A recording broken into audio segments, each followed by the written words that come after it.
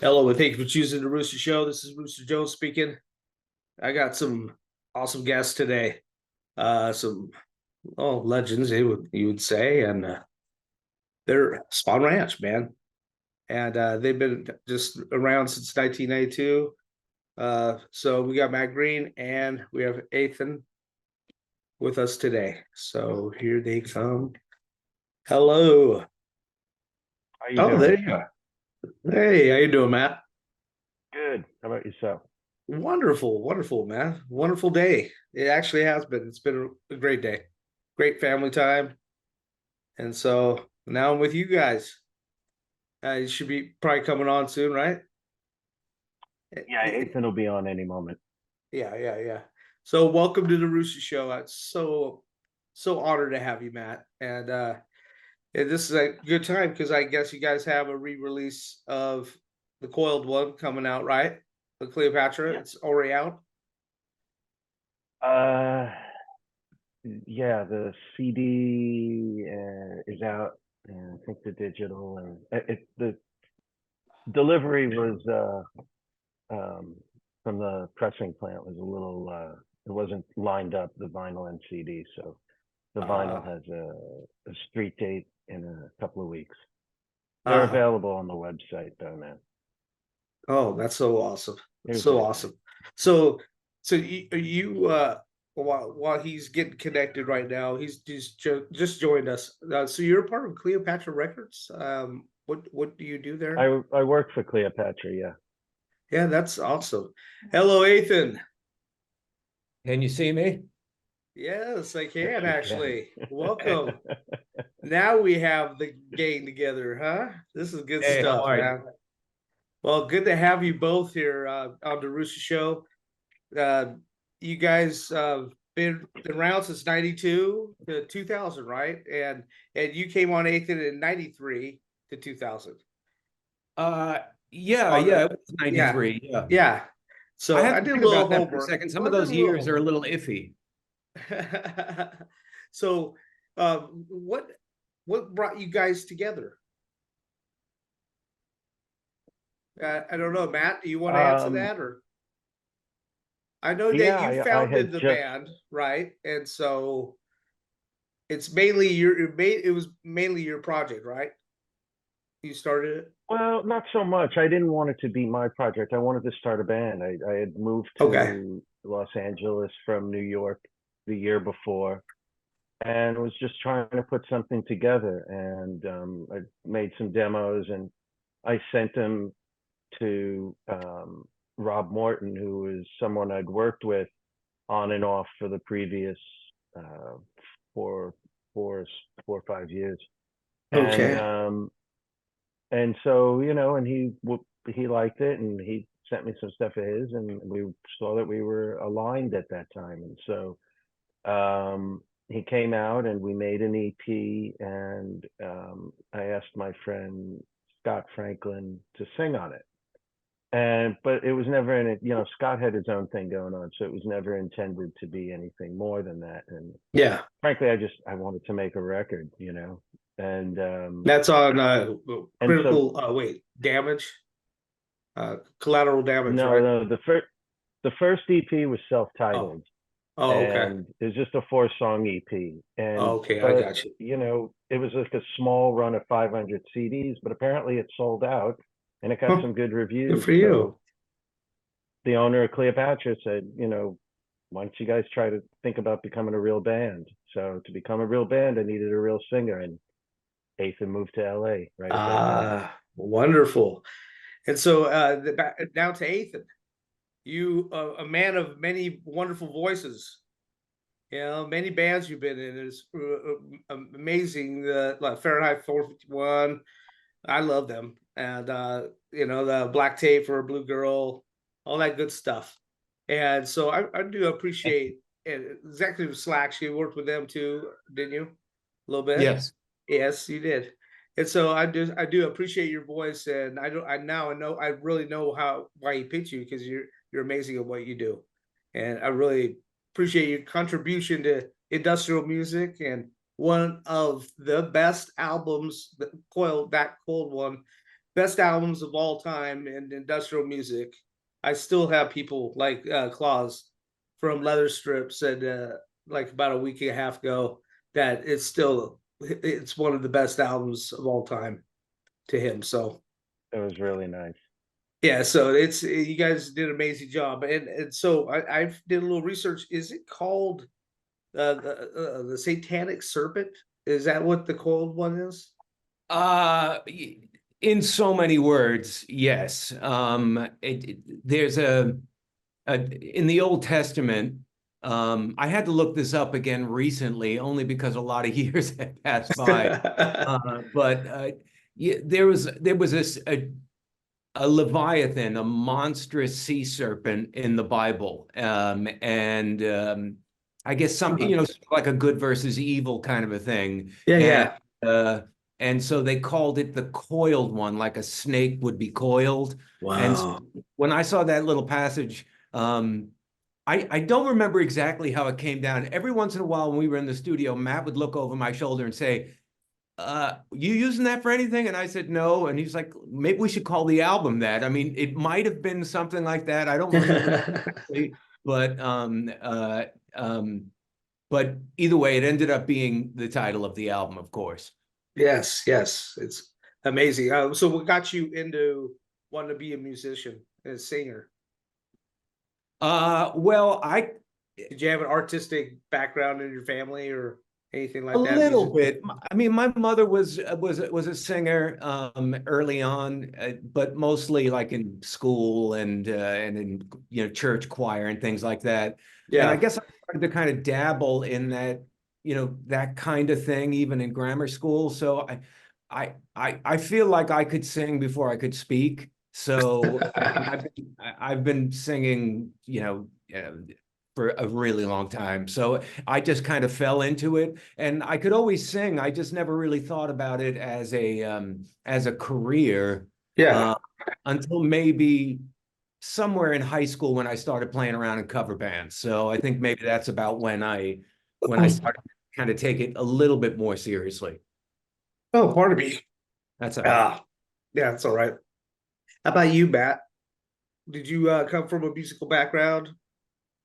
And always loved music, and just I self self-taught the little bit I know. So that was about it. Just I guess I think I first started playing an instrument when I was like 13 or 14. What was And your first instrument? the first instrument I ever had is my buddy Barry gave me a Hofner bass. He had attempted to play it for a little while and was like, this isn't for me. And he gave it to me. And that Oh, was that's awesome. I remember the action was so high on it. It was really painful that threaded my fingers. Hell But yeah. that was the first thing I had. And then my dad bought me an acoustic guitar. Oh, And that's brilliant. Awesome. So what got you to want to write industrial music? What inspired Spahn Ranch? And did you get that from the rural ranch, Spahn Ranch, or was there another idea behind that? well, Two-parter. the name came from is I was visiting. What did I visit? No, it was right after I moved to LA. I went to go see a show downtown with my friend Rachel, and these two people came walking in, and she goes, "Oh, those are those freaks who live on Spahn Ranch," and I was like, That's about it. Oh, that's funny. It just struck me. I'd heard, of course, I'd heard the phrase. We'd all every weird kid read some Yeah, sort of Manson story or book at some point. And so I remembered what Spahn Ranch was, and that's why I was just like, because I figured it would be a that's name awesome. that nobody would really know, and the few people who would know would get a snicker out of it. But I had no idea that the next year they would literally the media was all over the 25th anniversary of Charles Manson, and it was pretty out there. And so literally that became the first question of every single interview we did for the rest of the decade. That's why I waited. It made it like number 5 or 6. Yeah, I put it down. Yeah. So tell me about you guys. What sparked industrial music? Like you could have done rock and roll. You could have done all kinds of stuff. What sparked industrial?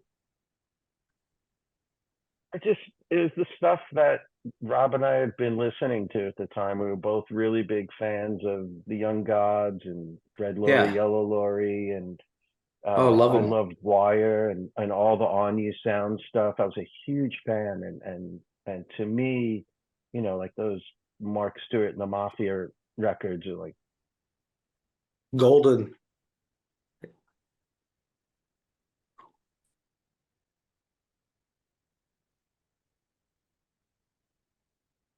Hmm, interesting.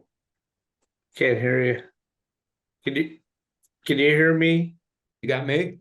Yeah, yeah, brother. Can you hear? Yeah, you can hear me. You can't hear Matt right now. So while he's getting that worked up, um, tell me about you. About when you, what was your when you just joined in '93? Joined them. What was your feelings about that? What was it?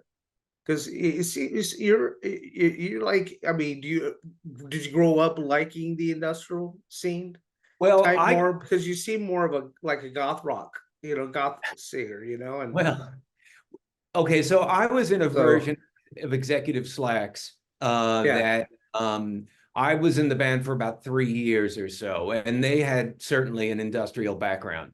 And okay, yeah, and and so when I moved to LA, I had been the whole like growing industrial scene in the early 90s, I wasn't as familiar with. I mean, I knew the hmm, basics. I liked Ministry a lot, and there were a couple oh other yeah, bands I liked. But I wasn't as into it, let's say, as Matt and Rob were. yeah, So gotcha. I had known Matt and Rob. So we were like club kids in New York together. So like I had known those guys since probably our late teens or something, Oh and wow, early 20s maybe. And so when I moved to LA, I automatically called Matt and we started hanging out, going to clubs, this and that. And again, that's when they had asked me to be in the band. And I remember distinctively, Matt had been turning me on to a lot of the Zoth stuff and a lot of the more contemporary industrial stuff that I yeah, just really yeah. wasn't familiar with at the time.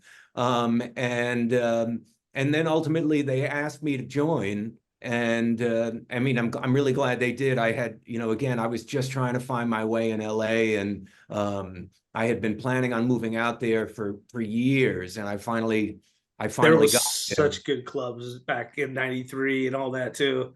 It Well, was it was that, remember also, Stigmata, Helter oh yeah, Skelter, there were Perversion. so many clubs, and Oh, and, I love and them. I went to them all. I love them. oh yeah, for I Yeah, had played out there with Executive Slacks at, I think, Helter Skelter. It might have that been, was Monday. No, that was Control Factory.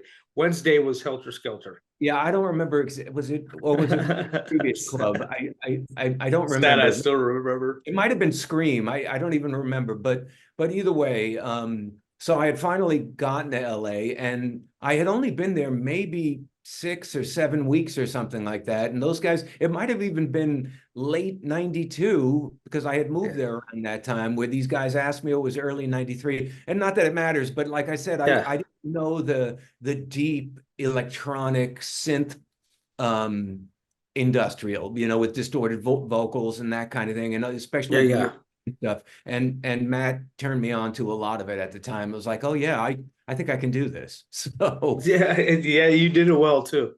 Did a wonderful job. Hey, Matt, are you with us, buddy? I am. oh yeah, here you. I Okay, had to shut off my wonderful. phone because these So, overpriced AirPod bullshit just changes to your phone automatically every now and yeah, then. I hear you. Damn thing. Damn technology works for us and against us, you know. So what's your process, your creative process for coming across music? Like for creating it? Like what inspires you when you started writing your For me, letters? Yeah, um, what I inspired you? I mean, I used to, I was very grateful that after the first couple of years, I had the luxury of just being able to work on music all the time. And I kind of had a routine. I would wake up in the morning, I'd have breakfast, shower, and then I'd go into the living room, which was my studio, Yeah. and I would just start working. And I had my favorite synth. I had this Juno 60, and I always started on that. Like I would come up with a bass line, and sometimes I'd come up with a little synth part. But Yeah. that's Yeah. usually where it started. And I couldn't really pinpoint anything that um, would had influenced me, because the influences were kind of fluid as the years went on. I mean, and we all listened to so much different kinds of music. I mean, Oh yeah, definitely. it's not like I was just listening to, one thing. Shoot, I even like You know. classical music. I mean, I like all types. It just depends. I love ambient. It's whatever. So that's good though. Yeah, it's good. It's good to be a little more open minded. And all over the chart. But it's good to find your place though. You found That's your place. that is true. That is true. I mean, the funny thing is I listen, and for over 30 years now, I listen to mostly reggae in my life. I mean, I have all Yeah. old Jamaican records, Oh, I love it. 60s Good to stuff. early 80s, Peter and Tosh, man. that's mostly what I listen to. And so, but I couldn't write that stuff, and it's just maybe little dribs and drabs would come through in an influence, but it's not what I would write. And it's like Yeah. I guess I just had a certain way that I worked. So Oh, you do a good job with it. So, do you guys planning on ever having a reunion tour? no. No? Look, the funny thing is this just came up in an interview that an email interview we were doing. And Matt and I talk about, I mean, it comes up in conversation every once in a while about like, hey, could we do it? Oh, But you the can. conversation tends to end pretty quickly because the three main touring members, we live in three different parts of the country. We're not going to do a one-off, and it almost seems like, I mean, pie in the sky thinking, like never say never, but at the same time, like logistically, it's a very difficult thing to put together, and it has nothing to do with personality. We all like each other. It's just Yeah. we literally live in the three corners. It's like Miami, New True. York, and LA. Like we all live in three different places. So Yeah. So how come you guys broke up in 2000? Matt, you want me to start that one? Lost interest. Yeah, Okay. you go ahead. You go Well, first. I think Matt and I pretty much at the same time were going through, we had, I don't even know if I've had this conversation with Matt, but on one of our last tours, we played this real shithole in Ohio. I'm just going to be vague. Oh And, yeah, uh, definitely. and we had played this place maybe 7 or 8 times. And like I said, it was probably one of our last tours. And I remember sitting there and they served the food and it was like ketchup and some pasta. And I was thinking to myself, geez, like how many times have we played this place? And I looked up and there was a pirate on a boat in the middle of the restaurant. Oh, I guess it was an old seafood restaurant. And I realized, you know what? I think we're going to be done pretty soon. I just felt like we had, how many times can you kind of go do that? And we love touring. I mean, we were like a touring machine. We played over 200 shows, but at a certain point, it just started to feel like we could keep doing this and it's good. And, we make a living and we're doing our thing. But it just doesn't seem to be like, this isn't floating my boat anymore. And, my parents were getting older. I wanted to leave LA and like things like that were just happening. And so it kind of all came together at the same time. And I seem to remember like Matt was kind of going through his own version of it and it was just time. Were your parents in New York? Is that why Yes, you moved to New yes. York? Okay. Okay, I got you. Okay. What were you gonna say, Matt? Thank you for sharing that with me, by the No, way. I laughed because I realized what place he was talking about. And then he's saying how it didn't float his boat anymore while we're sitting in a boat Yeah, we're in a sitting. club. Yeah. That's so Jesus. funny. So, okay, Matt, what would you like to say to your fans? Uh, thank all six of you. All six of you. Yeah, that's me included, I hope, because that would be seven. So Just I'm glad you guys like the records. They were fun to make, and I'm glad we I made love them. all of them. Beat Dior, all of them, man. They're all good. Parts except, put the parts, all of them. They're just amazing. You're gifted. You're talented. Very, very talented. What's your favorite part of create? Is it creating music or being on a stage? Um, Creating the music, I do gotta say though, there was a point where we had it so honed down what we would, between the three of us, me, Athan, and Harry, that we could regularly do these tours. We were doing 3 or 4 tours a year, and um, we were really in sync with each other, and that was a real pleasure. And I actually started to enjoy playing live more. But and Okay. then as the decade went on, it's like, I don't know, I just got bored. I just, you're sitting there and it's just like, good Lord, how much longer do I have to program hi-hats? Yeah, I hear you. Anything to add there, Nathan? Well, Matt's correct. I mean, every once in a while, it's funny. Matt and I talk about the sort of well-oiled machine that we kind of were when it came to touring, and we were Yeah. all. I don't. Matt said something that just sparked something in my head, that we were kind of all on the same page. So an opportunity would come up, like we would do. Aside from the 30 and 40 show tours that we would do, occasionally we would do these mini tours, and we would Okay. fly into, I don't know, we'd fly into Boston, rent a van, and then go do New York, Philly, and maybe Pittsburgh, and Montreal. Boston and Montreal or something, and then fly back home. We would Oh do, yeah. sometimes we would do small things like that. But I would just call these guys and say, hey, an opportunity presented itself. I think we can do this. I think we can do that. And everybody was like, when it came to these things, everybody was like, yeah, I'm in. Like, it never seemed to be like a battle over should we do this or not. Yeah. We kind of knew, well, one thing that was true then that's still true now is that touring really does keep you sort of ahead of the pack. I mean, if you're willing to go out there and do shows and sell merch live and do those kind of things, it's kind of ironic. Here it is 25-ish years later, and it's still an important part of being out there and playing music. I Yeah, mean, exactly. if you can go out there and do those kind of things, and I think that in a lot of ways, maybe what the equivalence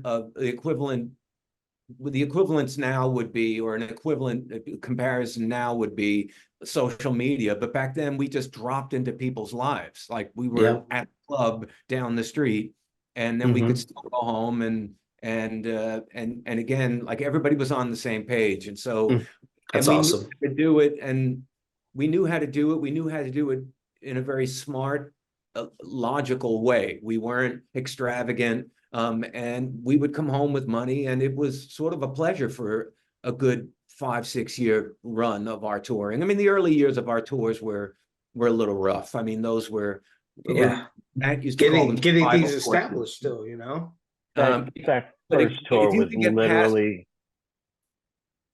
Yeah. Go ahead, I was Matt. just going to say, if you could get past those Oh, early tours, and we did, it was like once we started to get into where it was a little better, where it was like, oh, okay, so we can sit down and actually have 3 square meals a day. And, you know, and again, but it takes a lot to get there. You got to go out there and do 2 or 3 crappy tours before you can even think about getting into, you know, a little higher on the ladder, so to say. Gotcha.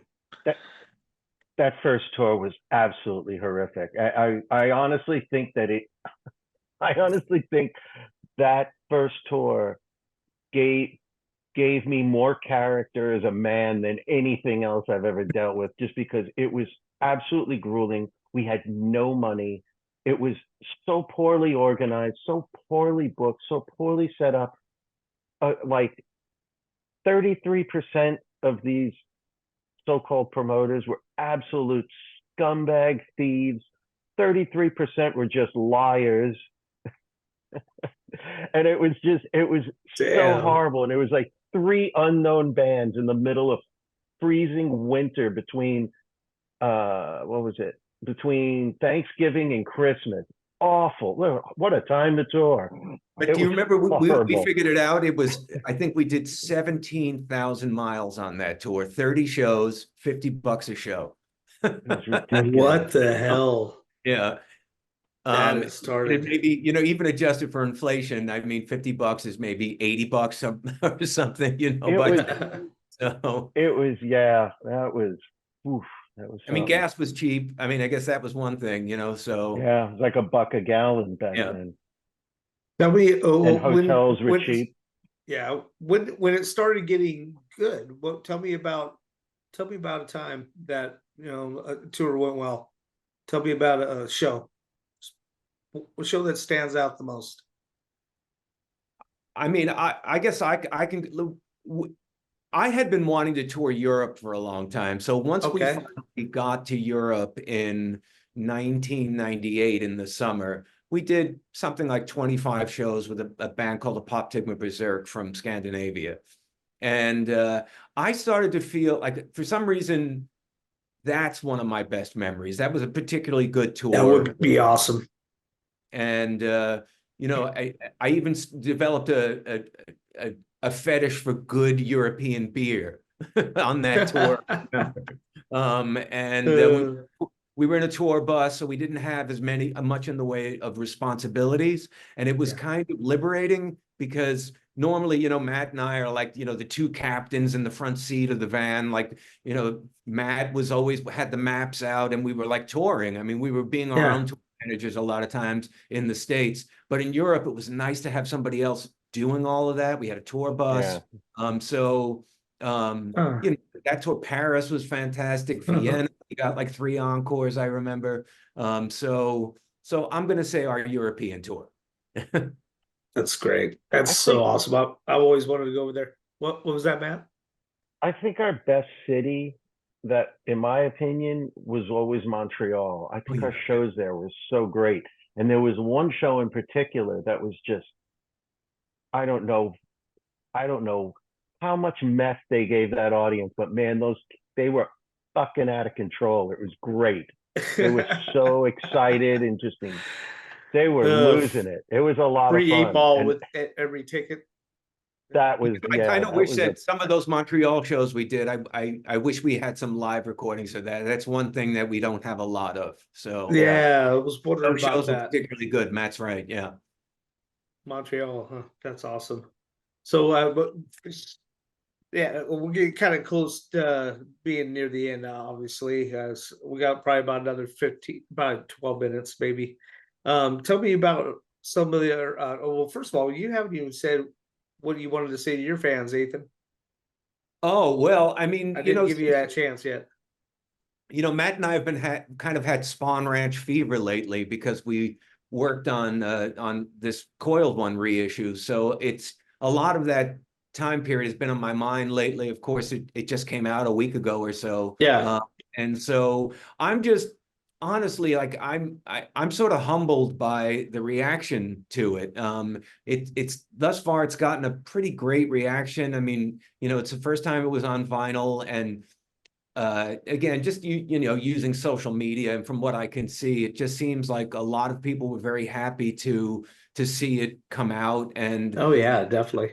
It's just nice. I mean, as corny as this sounds, so it's 29 years later, and it's just Wow. fantastic for me that something from, well, for both of us, I'm sure, something from so long ago can that took a lot to make, and that maybe we forgot about a little bit, can come into the present and impact your life positively, Yeah. and to make you, I don't know, for me at least, I can only speak for myself on this, but it sort of helps justify a lot of the compromises and sacrifices we kind of made back then. So Yeah, it's exactly. almost And you like, did it from your heart, I'm sure, put your it was soul into never about the that, money. So I mean, again, yeah. it's just nice to have a piece of your, I don't know, of your art, I guess you could Yeah, say, exactly. somehow Yeah. positively affect you. I'm a musician myself. I love to write music. So, it's nice. It's actually it's it's soothing to get what's off your chest onto into a song. You know what I mean? It Certainly. makes you feel good about it, and so that album that you guys just put your whole soul into, you can feel it. And every song shows it. Every song shows it. So I appreciate you guys so much, man. And we got you coming on May 26th, I think it is. If I remember correctly. Athan. Yeah. Yeah, I think we got you on May 26th coming up for an interview. Yeah. Oh, for Noir, maybe? Yeah, yeah. Yeah, for the Yeah, arm sure.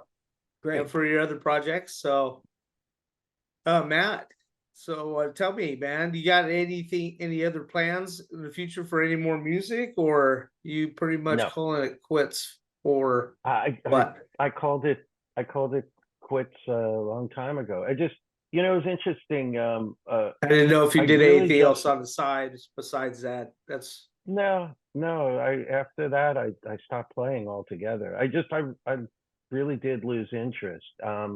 But also, I think a friend of mine summed it up once. He said, um, "Everyone only has so much music in them," Hmm. and I thought that was a really good way of putting it, and I think that, and I agree with that. I don't know. Do you ever jam out to your stuff? Yeah. I No. listened to the mastering on the Coiled one, and that was really nice. Jurgen did a great job, and honestly, I think it's the first time it was ever really mastered. The original master, I was never happy with, but I think he did a great job with it. So And that was nice to hear. while we have you here, why don't you have anybody you'd like to thank for your success for Spahn Ranch and getting you the success you got? Uh, the people that we played with: Rob Morton, Harry Lewis, uh, David Parkinson, Kent Bancroft. Um, I'm not. Oh, and Mark Blasquez. He filled in once. And how about you, Ethan? Well, Oh, and Cleopatra Judson Records. Leach. Oh, Sorry, can't and forget who? Judson. Judson Leach. Judson Leach engineered Justin Leach. 3 of our albums. Very important person. Wonderful.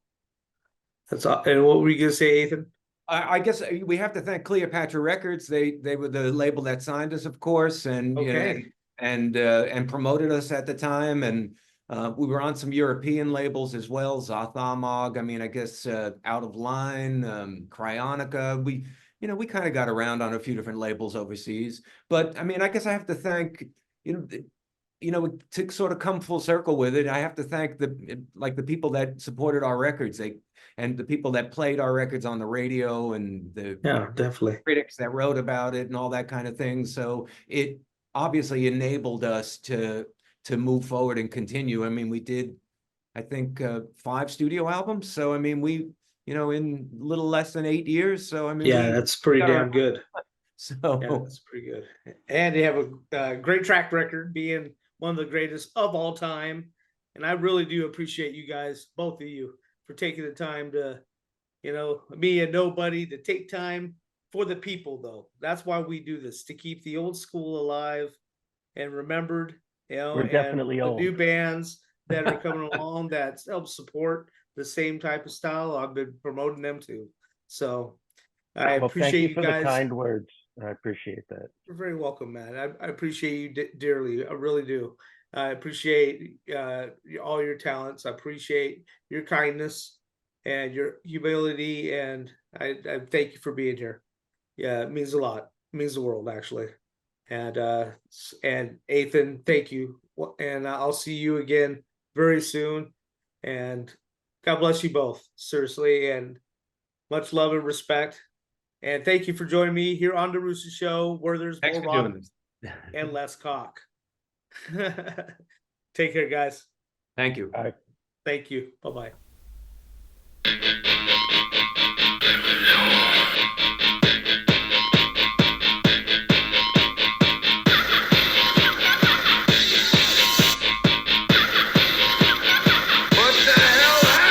From the hanging cages, radiate the forger's pen, taken for the caning. You'll get to know the game as the torture pleases. The levels and thieves multiply and seed. The bleeder attach mutation, drain the movement. What the hell happened? This is your test. In the hanging cages, that can burn. This is your test. In the hanging cages, past the fluid bodies, written by a deadly pen, a sedative induces. You'll get to know the game, switch caught with restraining. The body broken in amusement, the position, the list, train the movement. What the hell happened? That can burn. This is your test.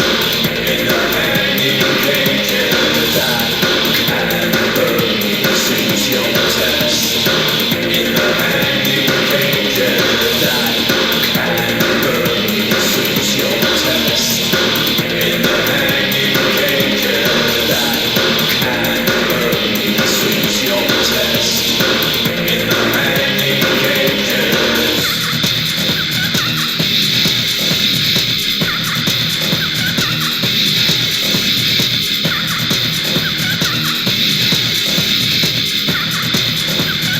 What the hell happened?